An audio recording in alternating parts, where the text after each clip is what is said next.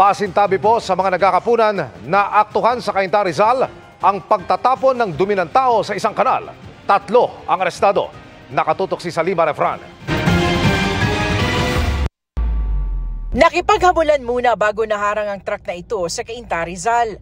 Ayon sa pulisya, tumakas ang 3 sakay nito matapos sitahin ng mga taga-Municipal Protection and Safety Office dahil sa kahina-hinala nitong ginagawa sa gilid ng Felix Avenue.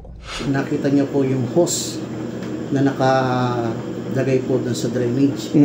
At nakita po niya na nagtatapong po sila ng dumi. At medyo mabaho po yung amoy.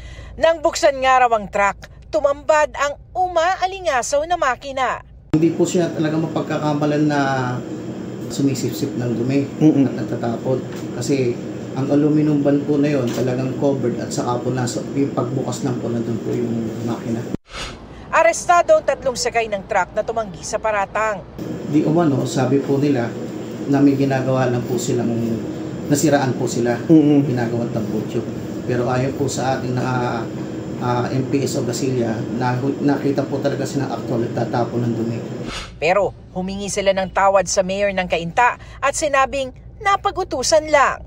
Sasampahan sila ng paglabag sa RA 9003 o Ecological Solid Waste Management Act of 2000, RA 9275 o Philippine Clean Water Act of 2004 at paglabag sa ordinansa ng munisipyo.